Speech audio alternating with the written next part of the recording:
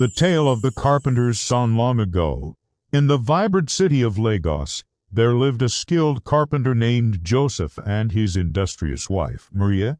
Joseph's hands worked miracles with wood, crafting furniture that endured for generations, while Maria's delicious jollof rice brought joy to many travelers at her roadside eatery. Ho, ho, ho!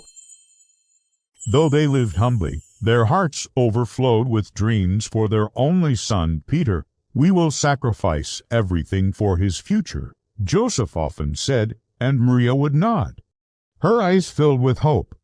They worked tirelessly to send Peter to Age High School, a place where great leaders were made. But Peter was no ordinary child. While his parents viewed school as a blessing, Peter saw it as a burden. The bustling streets of Lagos, filled with endless adventure and mischief, called to him louder than any school bell. Ho, ho, ho! Despite his parents' constant reminders, Peter preferred the company of two troublemakers, Matthew and Alex, who lured him into a world of chaos. One day the boys crossed paths with Mr. Adwell, a respected teacher known for his wisdom and kindness. Adwell scolded Peter for his disruptive behavior, hoping to steer him back to the right path. However, backed by his friends, Peter took offense. Ho, ho, ho! Under the cover of twilight, the trio confronted Mr. Adwell, and their anger led them to harm the teacher, leaving the community in shock. The news reached Joseph and Maria like thunder on a clear day.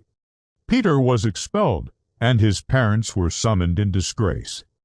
"Oh, Peter," Maria wept, "what have we done to deserve this shame?" Joseph, his voice trembling, warned his son, "The path you walk will lead to ruin, my boy. Turn back while there's still time." But Peter did not listen. Ho, ho, ho! His heart grew harder, and his steps wandered further from home. One fateful day, Peter met a woman named Cynthia.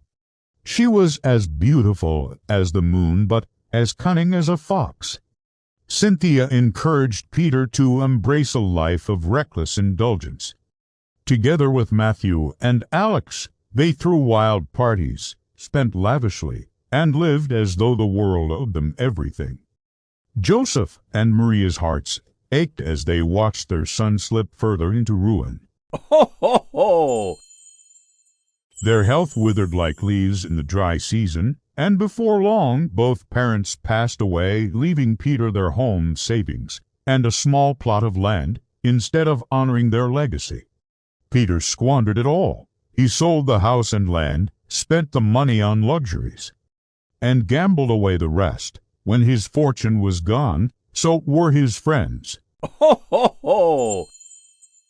Cynthia left him for another, and Matthew and Alex vanished without a trace. Alone and penniless, Peter wandered the streets of Lagos.